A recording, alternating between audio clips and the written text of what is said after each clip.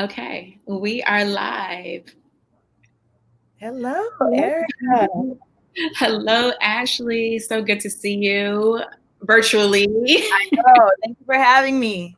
You're welcome. How have you been throughout all of this? Well, so it's starting. If you want to go back from March, starting with like when the pandemic really hit and we shut down. When you first start, the entire pandemic is like, oh, okay, I can deal with this, I can hang with this, and finding things to do, and then a little bit it starts to make you a little loopy, being home, and then a little anxious because everything shut down, the business, all this kind of stuff, and I've kind of like mellowed out. Every like the killing of Ahmaud Arbery, George Floyd, like I was really in a dark space. Which it's good to talk about this event that we're going to be chatting about. Because it gave me a way to funnel some of Right. that energy. And right now I'm good. I'm in a worker bee mode, so Right. everyone, including yourself, is forcing me to like stay present. So it's very therapeutic actually for me. So I appreciate it. I imagine so. I mean, like when you're in that empty space of nothing, I think that's when it's like everything starts to, what does it say? Idle mind is the devil's playground, right? Yeah. Yeah. And be like, what is my purpose? Why am I here? Really sitting here thinking about all of this. Well, we have a few people that are starting to watch now. So let me introduce you. And of course, because people will be watching the playback from the beginning. Hi, everyone. I'm Erica Knowles with Collective Drift, which celebrates international women, culture, and travel. Right now, we are in the midst of coronavirus, initially COVID-19, and in the middle of a revolution and that's what I'm going to call it, because people keep Yeah. saying, protest, protest. And I'm surprised I really haven't seen that word revolution that often come up. But we are in the midst of a revolution. And I'm interviewing Ashlee today because she's having an event in celebration of Juneteenth, and also a vigil to honor the lives of the people that we have lost, of the Black men and women that we have lost from police violence and murder. And we're going to call it like it is. Mhm. Um, but Ashlee is a thespian. I had to look up the word. I'm like, that word on the top of my tongue. She's a thespian, which means she's in theater. She's an actress, but she's a theater actress. She teaches theater. I know Mhm. a lot of people know her from Muse, but she is theater. Yes.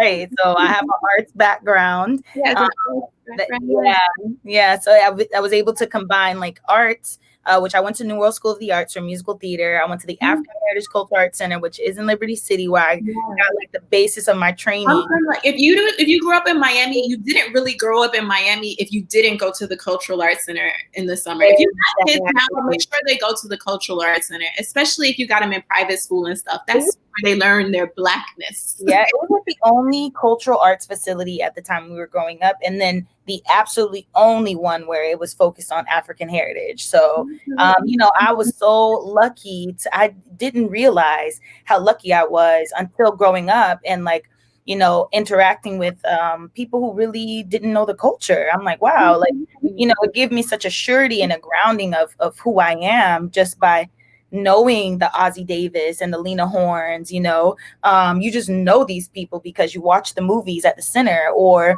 the Conscious celebration. yeah, the tappers, like they came to the center to teach us. They were our teachers, and Right. it was a very beautiful way to grow up. So I'm very grateful for that space. Absolutely. Yeah. I grew up when Marshall Davis Jr. was still there. Yeah, yeah. So I was one of his tap students. Yeah. So we were probably there at the same time. Probably. So I got a chance to see him on Broadway through my drama program, and Bringing the Noise, Bringing the Funk when I was a kid. And I just remember going to New York and I was like, I'm going to do this for a living. I love everything about this. And I knew that I was going to have a life in art, which I got a chance to pursue in my 20s. I'm still doing art, but more arts production. So I'm more on the production side now, administrative side, creating work that I'm going to debut next year. But yeah. Oh, yes, I'm looking forward to it. Yeah. Yes. And then, of course, so that's the thespian side, but then also Ashlee is the co-founder of Muse, the Miami Urban Contemporary Experience, which has a wonderful space. Originally, they were like this pop-up thing, and they had different events and different people's spaces and different organization spaces. And now they have a space of their own, which is amazing. I love it. I've always loved all of the artwork that you've displayed, especially, being here in Miami, and we have the Art Basel scene. So we get a lot of international artists here, and we have the Perez Museum, which brings in a lot of international, and they're definitely highlighting the the African diaspora, which is a wonderful thing, especially with Franklin being there. But with Muse, I think it's a wonderful space that highlights artists that are in Miami, that are in South Florida. And so I think it's great that speaking on that, so that's the reason we started, to make sure we had local presence in such an international community. Art Basel was here, and Little Haiti was off the map. Little Liberty City was off the map. Overtown has started getting on the map. Like all of these spaces started to go, wait a minute, we need to produce. We need a space for Black artists, to be seen, because many times, you couldn't get into the major galleries. Hey, Latoya. Esquire. So many times we were not present, or it's one of us or two of us. And so we were like, no, we're not going to wait. We're going to make sure that there's access. And then we also wanted people to come to our communities. It's vibrant, it's rich, they're heritage spaces. What people call inner cities. We coined GMCBB, Art of Black Miami, coined the term, and we just ran with it because it was such a great way to, it's a very prideful thing to say, a heritage neighborhood. And so that's what, people love to hear that. And that's really what it is. So it may not be an environment that has everything and all the access, and it may be distressed, but you cannot deny that so much rich culture and talent comes from these areas. It just goes hands in hand. So we focus on artists from those spaces. And what people may not know, so Muse, we have our space now in Little Haiti for 2 years. We've been around for 5.5 years now. We definitely positioned ourselves to bring those artists and bring those cultural experiences to the mainstream space, to the corporate space, to the universities, so that we're training the next group of collectors, introducing artists to prospective clients, prospective collectors, but also making sure that we can maintain and sustain showing our culture. It's African Black culture is center stage. Everyone is welcome to come and enjoy it. So absolutely. And that helps me transition into the next topic in terms of culture and art, and how do you see art playing a role in our culture? And I think I'll start there, and before we go into the heavier side of it. Yeah, so I feel like art is, and I think artists know this, and maybe the world sees it, but they don't. Art is the main influencer of the world. You can have, I'm going to start with pop art. When you can have somebody like Cardi B giving youth political and influencing politics, it just shows you how strong art is. Art gets to tell the story that we can't always articulate. Art can confront issues in non-confrontational ways. It can be therapy. You can scream it out. You can do so much with art, from therapy to build, all the way to building cities. So you watch Wynwood become this major powerhouse development, and they were artist led, and it was intentional in what the developers did by utilizing artists to bring culture to the space. So I think it's a model that, as we restructure, rethink, and rebuild what Black cities could look like, looking at people who've done it and centering art in those spaces. So not only seeing it as, oh, it's educational and nonprofit, it's viable. It's ways to make money. It's ways to invest. And then it tells your story. When you think of Nina Simone, this prolific singer, She was an activist. She was speaking for the culture who could not get into those white rooms during segregation, but she could look them in the face and she could howl, Mississippi, goddamn, and she changed the hearts and minds of so many people that the power structure started to confront itself, and so I think that's really the power of art. And we're definitely gonna have lots of arts and creative experiences, and Bart and I, we always say, like, we've learned to live apart. So if we could create a space where Black folk can love each other, art is a great way to do that. We could love each other, then we can work together, and then we can live together, and then we could rebuild our communities. So that's definitely a great way to put it. Yeah, we can work together. Yes, absolutely. Yeah. I mean, it's definitely, I think that, art definitely tells a story, and everyone has a different story, and a way of telling their story is, everyone speaks differently. I guess that's what I want to say. And they're not necessarily going to use their voice. They may be doing it through painting. They may be doing it through reading. They may be doing it through a song. But I think it's important to respect all of those voices, or even through a post that you're sharing. I think I've seen a lot of now, especially with the Black Lives Matter movement, or Say Their Names, with this revolution, however you want to call it, that people are saying, oh, okay, well, you're not doing anything by just posting. You're not doing anything by just creating a graphic.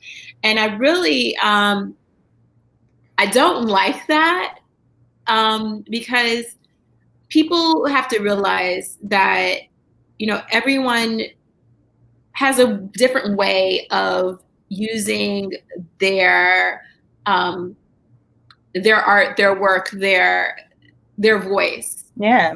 Right. Yeah. And I think when you posted about our conversation about, I don't think you said staying in your lane, but expressing yourself and protesting in your lane. Yeah. So I want you to kind of touch on that. Yeah, I want to touch on that. I want to show you how powerful art is. So many of us have heard of or know the very, very racist movie called Birth of a Nation, in which it scared the bejesus out of the white system, and really catapulted Jim Crow to the front to oppress and suppress Black freedom. That was just a movie. Another Black director had to create an alternative movie to this film to try to deflect what he knew the harm would be from this film. So lynchings went up, the KKK went crazy. Like, white people were out there trying to protect their communities by any means. They felt extremely threatened, and they were going to, destroy the threat. And this film did that for them. So when you think about what someone's lane is, everyone is not a frontline responder. Those protesters are there for a reason. After they finish, there has to be a vein or a space for them to come safely to speak, to heal. You can't be on the front line. Everybody can't be on the front line. That's not how it works. And the most visible person is not always the person getting the work done by themselves. Let me say, because they're important. Every part is important. But I don't want anyone to think that if you sharing your post didn't make a difference. There were people putting resource links to lawyers, to funding, to bail out in their social media posts. And that's all they were doing. So people can just click and get to, access to resources that they needed. All of us sharing Ahmaud Arbery's post is what got that person, got those two murderers, I don't have to say that, put in jail, after 3-4 months of nothing, we all play a role and a part. And I have sometimes guilt for saying, like, I don't go to the front lines of the protest. I've done that in college, I'm 36 now. I have a business. I'm looking forward to one day having a family. I'm building a property. I have a, commercial lease that I lease and stuff like that. And so my what I'm risking on the front line may be different from a youth just out of college. I remember what I was like in college. I was ready. There was a young boy, Martin Lee Anderson, who was murdered in a juvenile camp. And I was on the front lines of that, a march of protest. We did a sit-in the governor's office in Tallahassee. We got, those boot camps shut down, but I was ready to go to jail, and I was ready. I had nothing to lose. You're fearless. Yeah. And I was like, am I still fearless? Yes, because I'm courageous, but I have a different methodology right now, whether it be through policy, legislation, going to my local county, going to my local commission, putting pressure through petition, creating safe spaces, creating jobs. We can't all do the same things. I don't need to do what the Dream Defenders is doing. Can I donate to them? Can I share with them? Can I share what they're talking about? Absolutely. That's my part that I play for their movement, and then in the arts and culture movement, who's going to be doing that? And in the health and sector movement, who's going to be doing that? In the mental health space, who's going to be doing that? If we're all outside there protesting, now don't get me wrong, I do think protesting works. We can see that it works, and it's a valuable and necessary part, and I respect every single person who does it. I'm actually going to be at a march in the morning, the 846 Justice March, that's being hosted by, Gerard McKinney. So we will be doing an arts and culture kind of march and walk and protest and healing first thing in the morning tomorrow.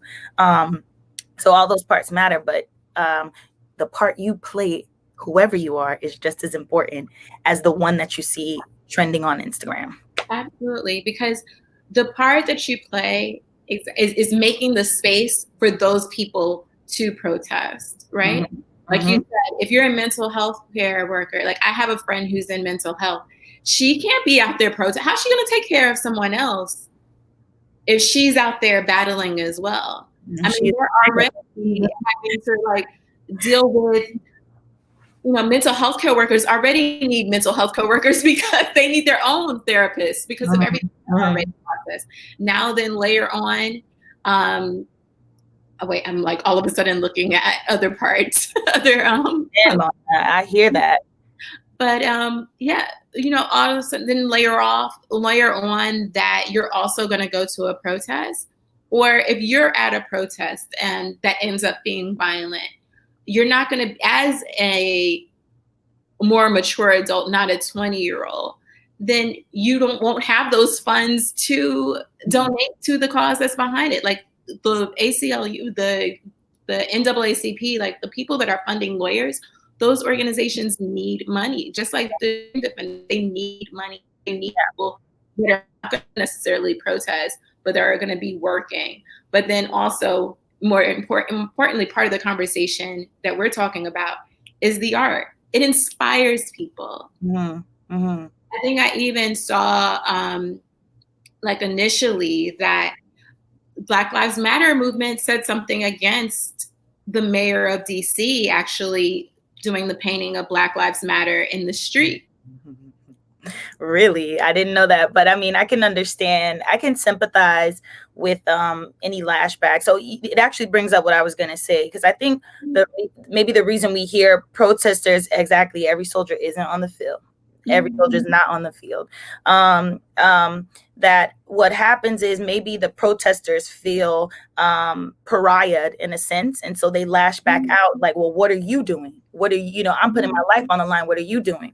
So I think we all have to, support, make sure that we're standing in solidarity and understanding that we may not agree with everybody's methodology, but we understand why it's happening. I'm not going to stop anyone from doing what they need to do. I don't want you to destroy nobody's property, y'all. Okay. But I also don't want to see another person who looks like, I don't see anybody die, but geez, I just cannot see another Black man or trans woman die, and just be okay with it. It does something to your mental psyche. It really does. And I knew that if this was, making me feel the way I feel right now, I wanted to hurt somebody. And so I said, I have to create a space for me to release this in a powerful and positive way. And then I need to, I'm in arts and I'm chugging along and I'm getting stuff done.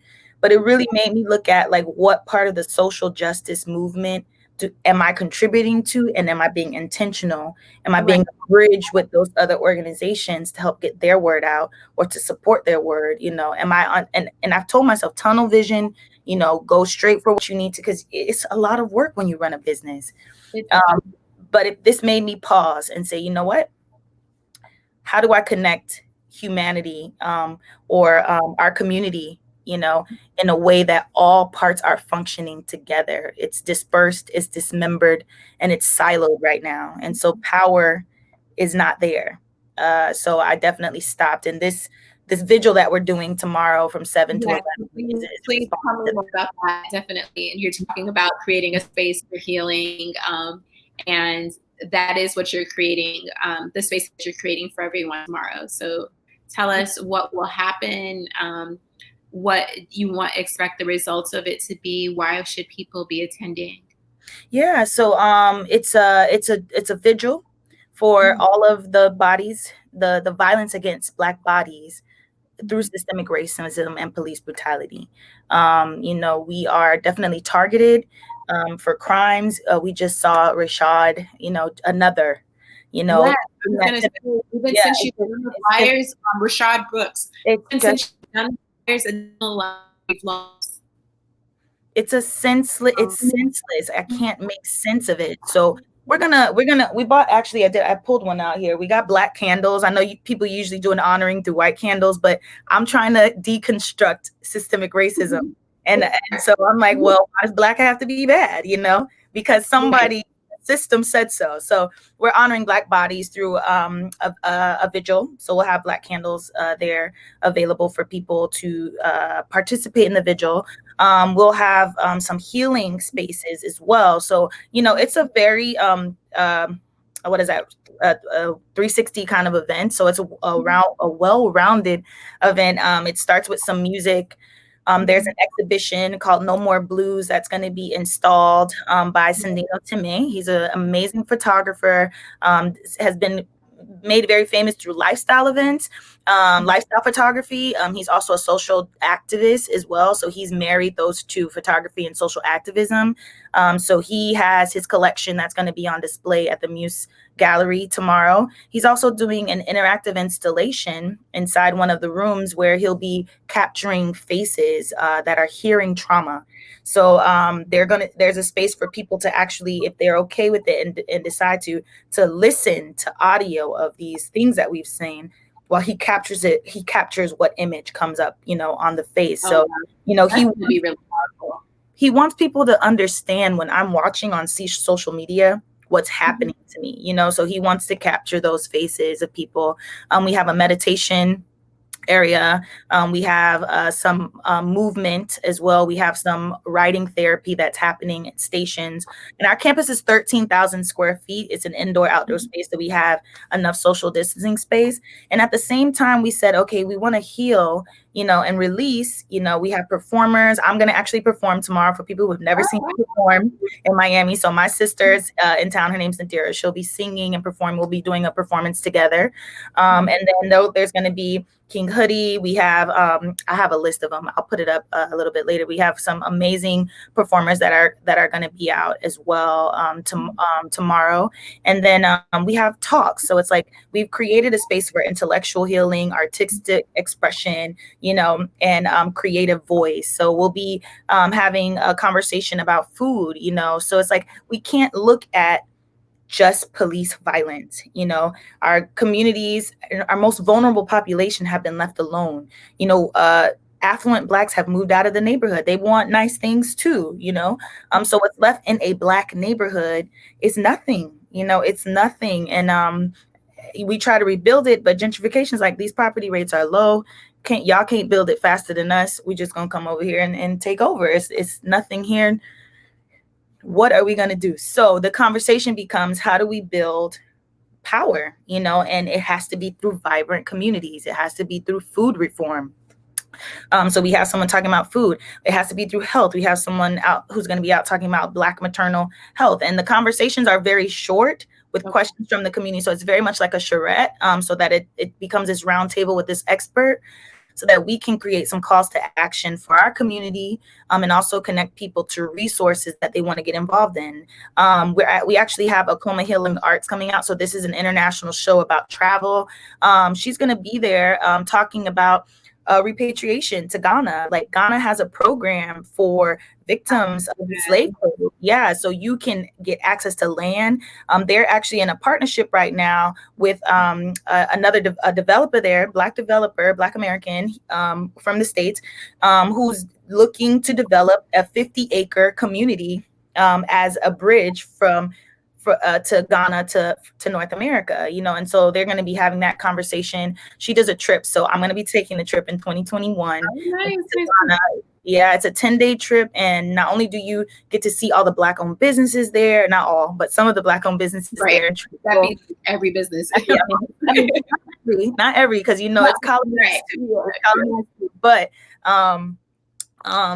you will be able to have a conversation about what dual citizenship looks like. I want Black people, to start thinking about a global life for themselves. The power structure, we are not on this globe. We may be a small group here in North America, but we, as skin folks, culturally, we're all different, and we all have whatever issues come with, subcultures. But as a collective skin group, there's power, in the collection, and we need to start thinking about global transformation and including ourselves in global investment as well. So that's for the collective drift followers, get with us, in 2021. So she's going to be there talking about that.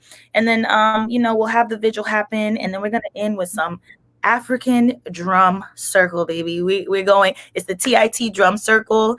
So Haitian folklore and dance, and we're just gonna free, our beautiful souls from, the first liberated Black nation on their own, account. So we're gonna end with that and just like bring the energy, back together. There's a spiritual. I'm sorry, girl. I'm about to preach right now. Go ahead. Keep going. It's a spiritual world. I don't care what religion you believe in or how you believe, but there's energy. Yes, I love the global. Yes, we have that access to ourselves. So we have to start thinking like that. So we have allies, around the world, which the Black Panther Party started to create, and it scared the government. And that's why they are, annihilated today. But that's a whole nother, that's a whole nother conversation. And I'm going to say energy, like we know that our energy is real, and so whatever we're putting out there, we're getting back. And so I need for us to have a space to heal and have joy and have love, because those things attract prosperity in our lives. The pain that we see, it brings you down. It makes you feel hateful. It brings up resentment. And no matter how hard I try to work when I'm in that kind of mood, I cannot focus on the things that are going to advance myself, going to advance my students, or going to advance my culture. So my goal with tomorrow's event is to just create a space of joy and create a space of honoring, and never forgetting, this Juneteenth is lit. There's so many events happening, but making this a real tradition, that I live out, that, until the day I die, that I don't forget or get busy, or it's not as important as anything else. And so that's where I'm starting tomorrow, and I hope everyone will be out there with us. There's so much I want to touch on there. Like, yes. Right.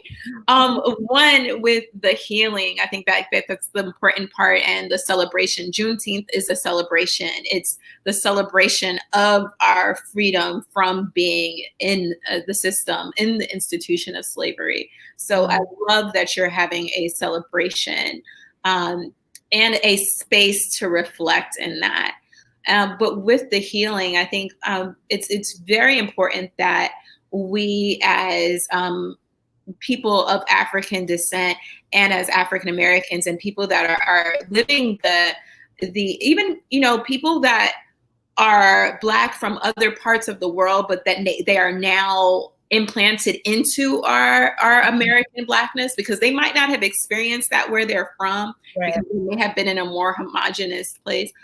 But in regards to the healing and that being, people are talking a lot now about where this trauma, trauma is a popular word now, is intergenerational.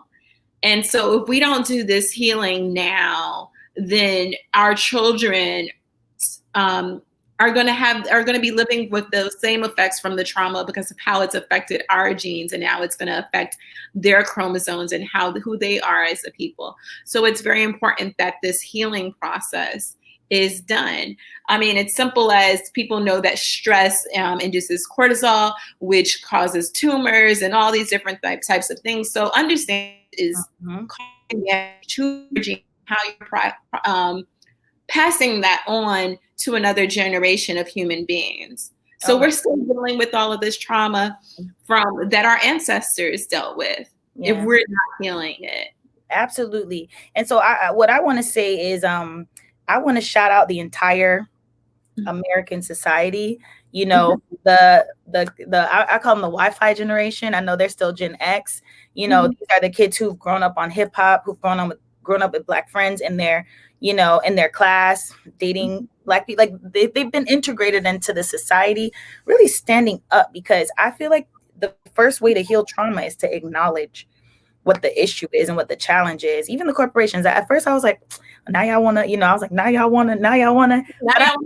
Yeah. Say something. It's okay. Yeah. It was hard. I was like, I don't want to talk to you right now. Now you want to, but I understand that this is the beginning of, like you said, it's a revolution. Revolutions change. Revolution doesn't always mean war, but it is a war right now. But it's a changing of what was, you know. And I think what's going to come from this, you know, for us to heal ourselves is going to be a healing of our system, and capitalism itself is going to have to be looked at with under scrutiny, because most of this, you know, is a cornerstone or a byproduct of unchecked, because I believe in free markets. That's what I say. But then when I think about what the free market looks like, you know, it doesn't have any social responsibility, you know, and so we're going to have to really redefine as an American culture, because America's a nation of commerce. And I know I'm going off on a tangent from healing, but I'm like, in order to heal, we have to acknowledge these things, you know.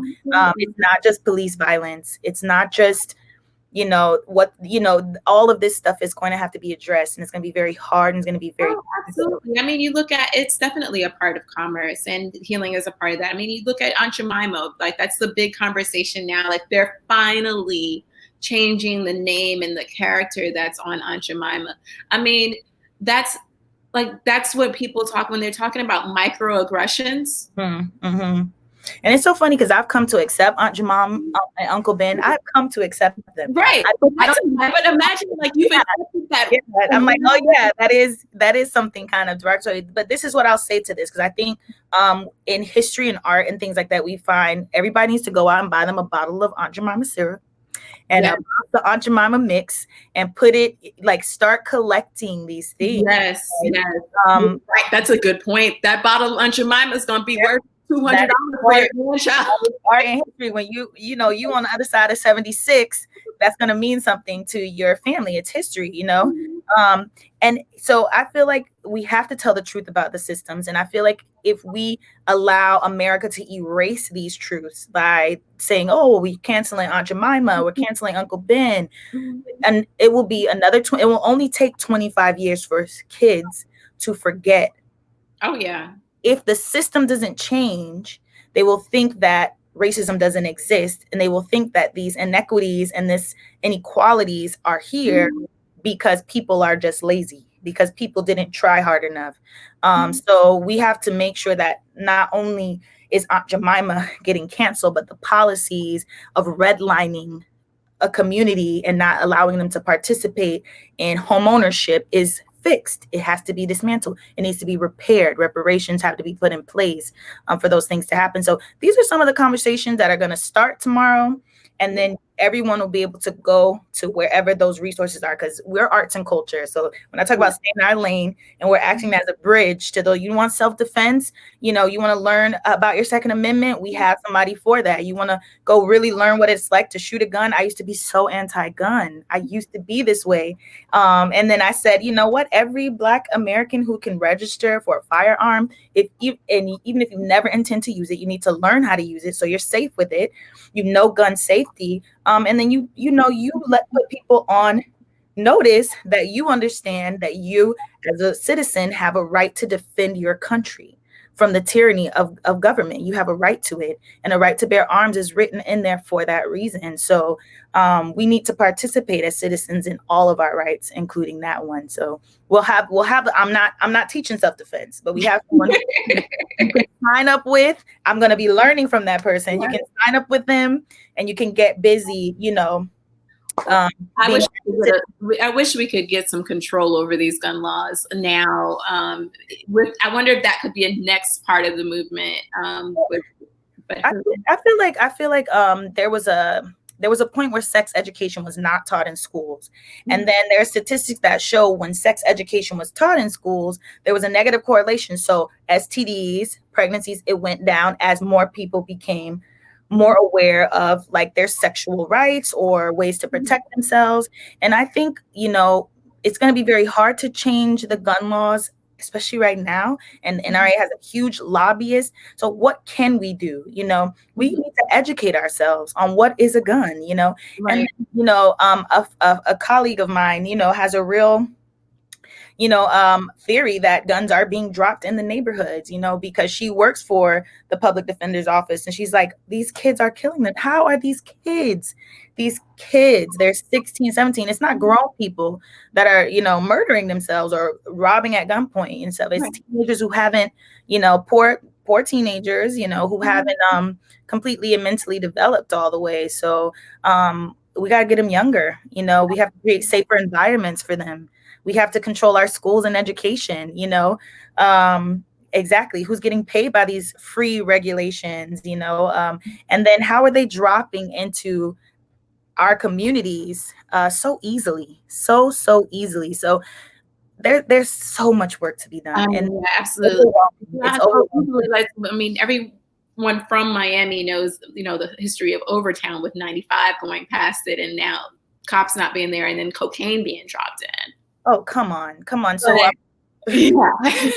But okay, back to the event you are having tomorrow.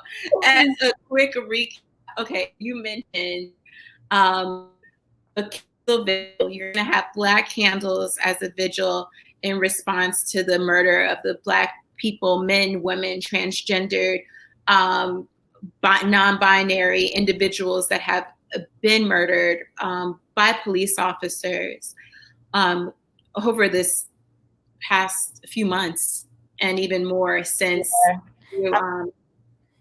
So we're gonna have a vigil, and I'm gonna recap it really quickly. So I know my quick recap became good, but I thank you for this, this opportunity to talk about it. So the first one I'm going to tell you about is the evening vigil, from 7 to 11 p.m. So from 7 to 7:30 is arrivals, because I know we be on CP time, but we'll be opening with the Negro National Anthem. Right at 7:30, and then all of the activities will start. The healing stations, they run in 20-minute sessions. You can try out all 4 stations. And then simultaneously, there are community conversations happening in the gallery. The gallery has an exhibition you can check out, so you can see the schedule online at not muse305.org, but at MUCE305. You can go on our Instagram page and check out the schedule of performances and talks. We'll have a food truck out there, Black-owned business. We have some vendors that will be there, so you can bring coin to support, the vendors as well. And we'll be closing out the evening with some performances and a drum circle. We'll have a resource list of call to actions for things that you want to get involved in. So I said all that stuff is very overwhelming, but you only need to do what you can do. So I'm an arts educator. What can I do in that area to move my kids forward? I want to be able to defend myself. So I know I'm going to take a self, defense, class. And I think, everyone should think about how they can defend themselves in the world. So just do what you can do. If going to Ghana or repatriating is your thing, connect with, the young lady who'll be talking about that. If you're pregnant and you're wanting advocacy and a doula who can advocate for you in this health system, we're going to have people there so you can find your lane. And then I've been invited to speak at an event in the morning, which is the 846 protest. So that'll be happening in Liberty City. And I'll also post, I guess, in the comments, the flyer for that. We're going to be meeting at 8:46 a.m. tomorrow in Liberty City, and we'll be marching down to Arcola to go ahead and have just a little bit of a prayer vigil, another memorial. So it's going to be a nice artsy day of things to do. Yeah. I wrote an article that people could check out all the events, but those are the two that I'm a part of. Absolutely. So I want to know, especially we are still in the middle of an international pandemic. And I'm one of the people that has stayed inside for most of this. I haven't been to a restaurant yet. I went to the dentist. You dabbled. I went to the dentist. I went to into my OBGYN. Like those have been. So what are you doing in order to keep people safe? I hear the different sections, so that sounds like part of it. So that's a great question. So everyone is required to have a face covering or mask. So a face guard or mask is appropriate. Are you going to be checking that people have their mask over their nose? Because these people with this but it's hard to breathe, and they got their mask. I was literally about to say that. I'm like, it's so hard to breathe, but I do put the mask all the way on. So yes, but we'll also have social distance. So the space is marked. Like I said, we have 13,000 square feet. So it's a nice size space. We can social distance safely with 5 to about 6 feet of space for 200 people. So we have over that amount registered, but you know how Miami is. So if it goes over that amount, then it'll be a clicker at the door so that we don't let more people in than the 200 that we have allotted for. If other people are coming out, we have hand sanitizers that were donated by the GMCDB's Art of Black Miami. So they also supported the event to allow the exhibition to take place. They've also provided us fans so you can be kind of cool. People go, well, what if it rains tomorrow? It is a rain or shine event. So we do have a foyer and a gallery space that, we will just condense the event to happen in that area. And we would limit the amount of people a little bit more. There's paid parking in Chef Creole's lot right next door to us. And then there's free residential parking all the way around. It's a casual event, so you don't have to dress up, you can come ready to move your body and breathe in and breathe out, and sweat a little bit. But those are the distancing that we're doing. We do have it. You're entering at your own risk, because COVID is still in these streets. So you still need to, if you come with a guest, stay with your guest, and just keep practicing those, follow the markers on the floor. So stay, stay. I was going to ask you about that. Stay in your lane. So your lane, yes, stay in your lane. And what is the address to the gallery? Because we didn't say that. Yes, 246 Northwest 54th Street, Miami. 33127. Marker Chef Creole on 54th Northwest 2nd. We are right next door, so we're adjacent. There's a lot, and then the Muse campus. You can look parking on that lot, and people will be able to park there. Because parking over there is it's tricky, but it's like Wynwood. Okay, so ain't no parking over there. The parking in Little Haiti is the same way, okay? Y'all can street park, okay? But it's free still. It's free still right now. So you can residential park. I do ask people to park safe. Don't leave any valuables in the car. I don't care if you're in Wynwood or Little Haiti. People do like to look in the car. So park safe. All right. Yeah, absolutely. Okay, great. Thank you so much. Oh, great. Thank you for coming on and talking about what you're doing and helping people feel better about what they're doing and staying in their lane. I think that was part of it right here. This is activism, Whoever's out there listening, they're hearing us, and whoever will play it later, Right. So whoever shared this, if you shared this right now, you can definitely do watch parties. Thank you, Dawn, for saying that. You're welcome. But if you're watching, share this.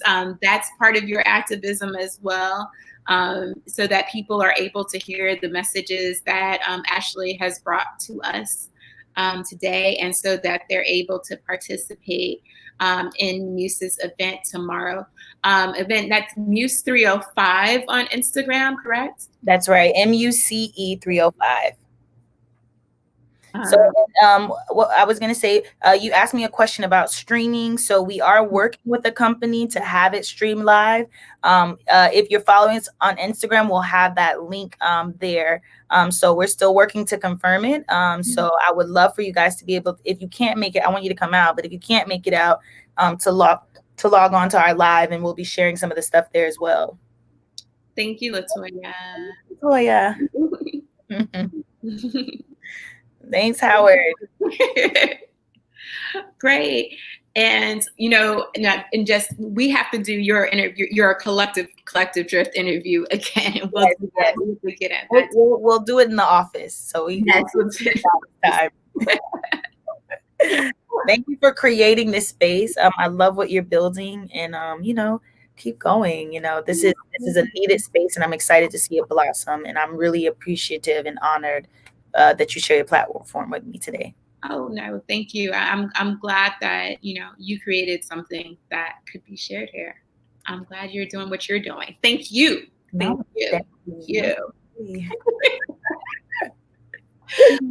All right. Well, best of luck tomorrow. Get your rest. You've got a full day ahead of you, it sounds. Yes, I'm excited and nervous, production. But more excited. Yes, super excited. It's going to be a wonderful day. And hopefully you'll be streaming, so the people that are still staying in will be able to watch that. Again, find out more information on Instagram with Muse 305, MUCE 305. Thanks, Ashlee. And if anyone's watching right now, we are wrapping up, but this is live on Facebook, so you'll be able to watch the replay as soon as I click in broadcast. So just watch it from the beginning. We had a great conversation, and you should see it. Yeah. You guys tomorrow. All right. Have a good one, Erica. Thank you. Have a good evening. Bye, everyone. Ciao. Ciao.